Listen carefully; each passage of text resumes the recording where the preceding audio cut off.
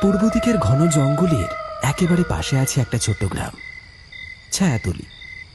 গ্রামটা খুব চুপচাপ, আর গ্রামের এক কোণে আছে একটা পুরনো কবরঘাট। জায়গাটা এখন প্রায় ভুলে গেছে সবাই। ঘাসে জঙ্গলে ঢেকে গেছে পুরনো কবরগুলো।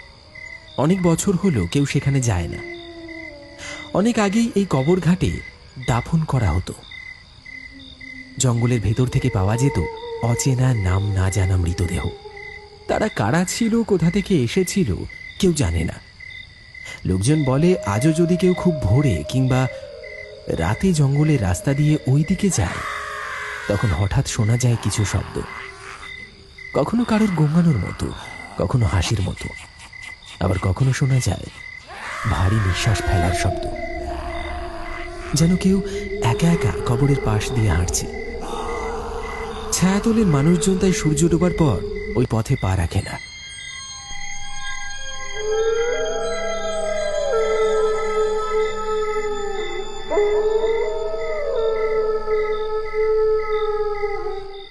তোরা তখন অনেক ছোট। ওই কবর ঘাটের নাম মুখে আনলেও বুক ঠান্ডা হয়ে আসে আমার।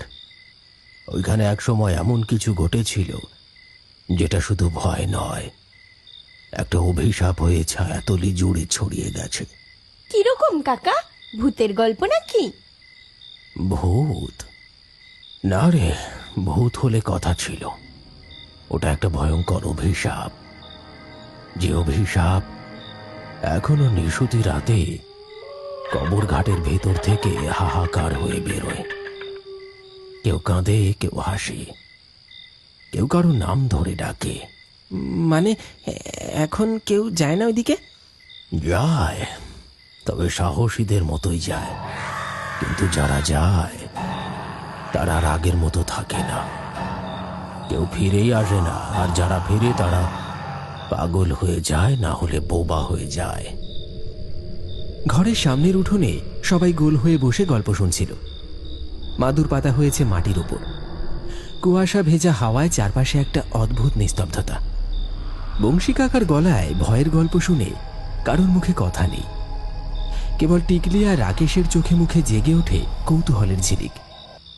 একদিকে তারা বিশ্বাস করতে চায় না এসব পুরনো কবর ঘাটের ভৌতিক গল্প, অন্যদিকে মনে মনে অজানা এক টানও অনুভব করছে। সব মিথ্যে তো নাও হতে পারে, মনে মনে ভাবে রাকেশ। আচ্ছা, সত্যি যদি কেউ ওখানে গিয়ে আর না ফেরে? নানান ভাবনায় ডুবে যায় টিকলি। নানান কথা ভাবতে ভাবতে তারা ঘরের মধ্যে এসে বসে। রাকেশ, তুই কি সত্যি বিশ্বাস করলি কাকার ওইসব কথা? বিশ্বাস ঠিক করতে পারছি না, তবে কাকার চোখের ভাষা দেখেছিস? মিথ্যে হলে এমন কাঁপা কাঁপা গলায় বলতো। তা ঠিক, কিন্তু ভূত যদি থেকেও থাকে, ওরা কি দিনের বেলাতেও বেরোয়? আমরা যদি কাল দুপুরে যাই, তখন তো রোদ থাকবে, আলো থাকবে, তখন তো কিছু ঘটার কথা না। হ্যাঁ, দিনে গেলে ভয় কম লাগবে। শুধু একটু ঘুরে দেখব কবর ঘাটটা এখন কেমন দেখায়। সত্যি কি কোনো কিছু আছে নাকি সব মিথ্যা? আর যদি সত্যি কিছু দেখি, তাহলে বুঝতে পারবো যা শুনেছি তা সবটাই গল্প নয়। আর যদি কিছু নাই দেখি? তাহলে অন্তত মন থেকে সেই ভয়টা চলে যাবে। তারা দুজনে সিদ্ধান্ত নেয় পরদিন দুপুরে রোদের আলো থাকতে থাকতে একবার ঘুরে আসবে সেই পুরনো কবর ঘাটের দিকে।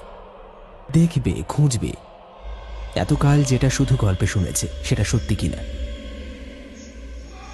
রাত গভীর হয়েছে। গল্প শেষ করে সবাই যে যার ঘরে চলে গেছে। আকাশে মেঘ, মাঝে মাঝে হালকা ঠান্ডা হাওয়া বইছে। টিকলি নিজের ঘরে শুয়ে পড়েছে চুপচাপ, জানালার বাইরে তাকিয়ে আছে। ওই পুরনো কবরস্থানে সত্যি কি কিছু আছে ওখানে, নাকি কাকা আমাদের ভয় দেখাতে গল্প বলেছিল? না, কাল দুপুরে আমি নিজেই দেখে আসব, তাহলে সত্যিটা বেরিয়ে আসবে। অন্যদিকে রাকেশ নিজের ঘরে কাঁথা গায়ে শুয়ে আছে, ছাদের দিকে তাকিয়ে। ওই কবরস্থানে কেউ গেলে আর আগের মতো ফেরে না, কথাটা মাথা থেকে সরছে না। তবু কেন যেন একটা টান লাগছে, কাল দুপুরে যেতেই হবে। টিকলিকে নিয়ে যাব, একা যাওয়া ঠিক হবে না। রাত নীরব হয়ে আসে, শুধু ঘড়ির টিকটিক শব্দ। দূরে কোথাও পেঁচা ডাকছে, দুজনেই শুয়ে পড়েছে ঠিকই, কিন্তু তাদের চোখে ঘুম নেই। একটা অদৃশ্য হাত যেন টানছে তাদের।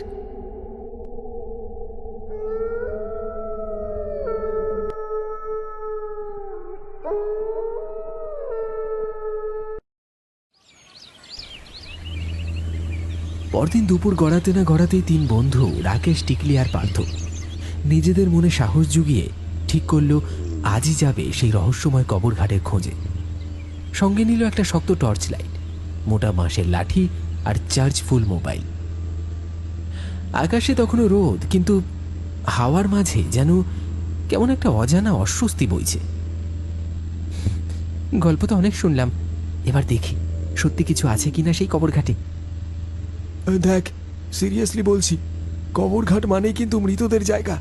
ওটা নিয়ে খেলাধুলা করাটা একদম বোকামো হবে। ভয় পাস না রে পার্থ, আমরা তিনজন একসাথেই যাচ্ছি। দিন থাকতে থাকতেই দেখে ফিরে আসব, কিছু হলে একসাথেই সামলাবো। তারা তিনজন রওনা দিল সূর্য ডোবার একটু আগেই। ছায়াতলি গ্রামের পশ্চিম দিকটা, যেটা দিনের বেলাতেও যেন অন্ধকারে ঢাকা। ওখানে গাছগুলো এত ঘন, এত পুরনো, যেন শত বছর ধরে কেউ আলোর মুখ দেখেনি।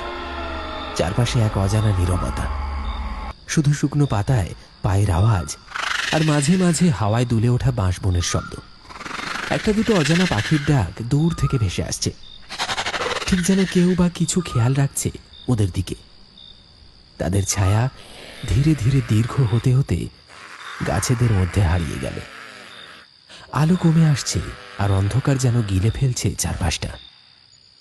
ওরা জানতো না, সেই পুরনো কবরঘাটে শুধু পুরনো ইতিহাস নেই, ওখানে কিছু ভয় এখনো জেগে আছে।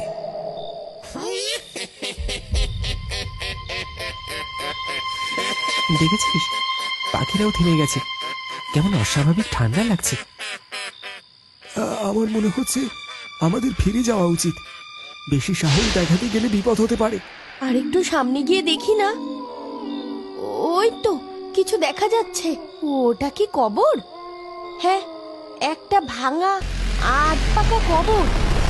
তারা ধীর পায়ে এগিয়ে যায় সেই দিকে, আর এমন সময় হঠাৎ তারা একটা গলা শুনতে পায়। আমায় আমায় আমায় উদ্ধার করো, আমায় উদ্ধার করো। কে কে ওখানে? ঠিক তখনই তারা দেখল ভাঙা কবরটার ধারে মাটি থেকে ধীরে ধীরে ঘন কালো ধোঁয়া পাক খেতে খেতে উঠে আসছে।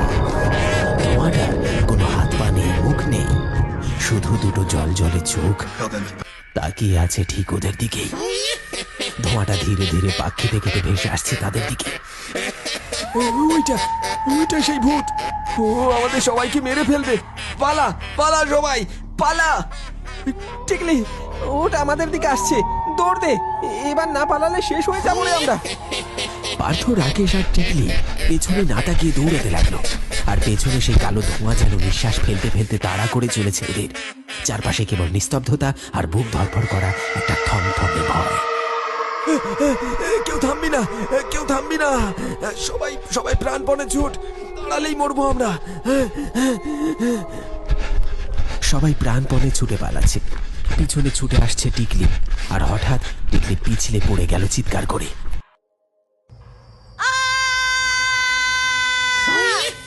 ছায়াটি মাথার উপরে ভেসে উঠল, তারপরে টিকলির গায়ের উপর ঝাঁপিয়ে পড়ল ছায়াটা।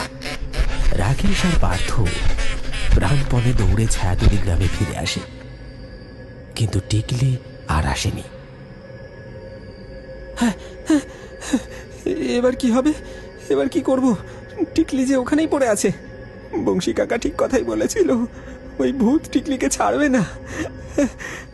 হ্যাঁ, আর ওই ছায়াটা ওর ভিতরে ঢুকে গেল রে রাকেশ। আমি দেখেছি, আমি নিজের চোখে দেখেছি।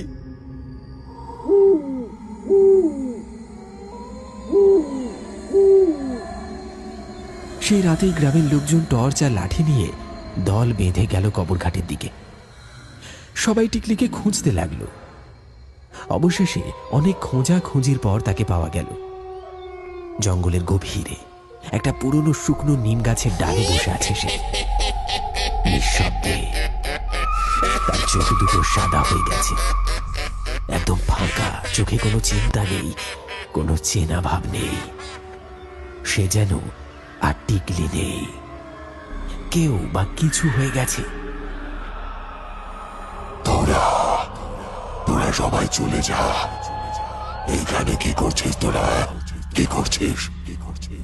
আমি ওকে আনিনি, ওই এসেছিল আমার কাছে। আমি ওকে ছাড়বো না, আমায় থাকতে হবে এখানে। অনেক অনেক অনেক কাজ এখনো বাকি। পাশে থাকা এক বৃদ্ধ কাঁপা গলায় বলে ওঠে, এ টিকলি না, এ টিকলির উপর কোনো জিন ভর করেছে, এক্ষুনি ওঝা ডাকতে হবে। গ্রামের কিছু লোক ছুটে যায় পাশের গ্রাম থেকে রমেশ ওঝাকে ডেকে আনতে।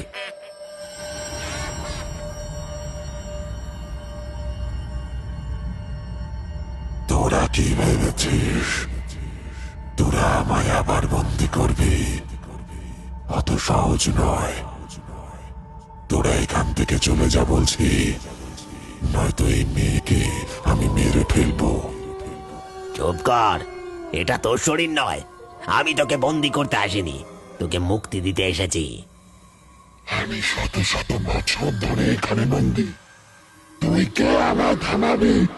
তুই নিজের কর্মের ফলেই পচে মরছিস এইখানে, এবার নিজেকে মুক্ত কর। তান্ত্রিক মন্ত্র পড়া শুরু করে। হঠাৎ শান্ত পরিবেশ অশান্ত করে ঝড় ওঠে। সেই নিম গাছের গোড়ায় কালো ধোঁয়া পাক খেতে খেতে উঠে যাচ্ছে সেই পিশাচের দিকে।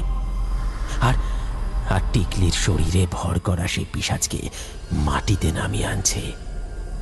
আর রমেশ ওঝা সেই পিশাচকে একটা ছোট্ট মাটির হাঁড়ির মধ্যে বন্দি করে ফেলল। টিকলি অজ্ঞান হয়ে পড়ে যায়। কয়েক ঘন্টা পর জ্ঞান ফিরে আসে। কিছু মনে নেই তার। কবরঘাটটা আবার নীরব। সেই রাতের পর আর কেউ কবরঘাটের ছায়া দেখেনি।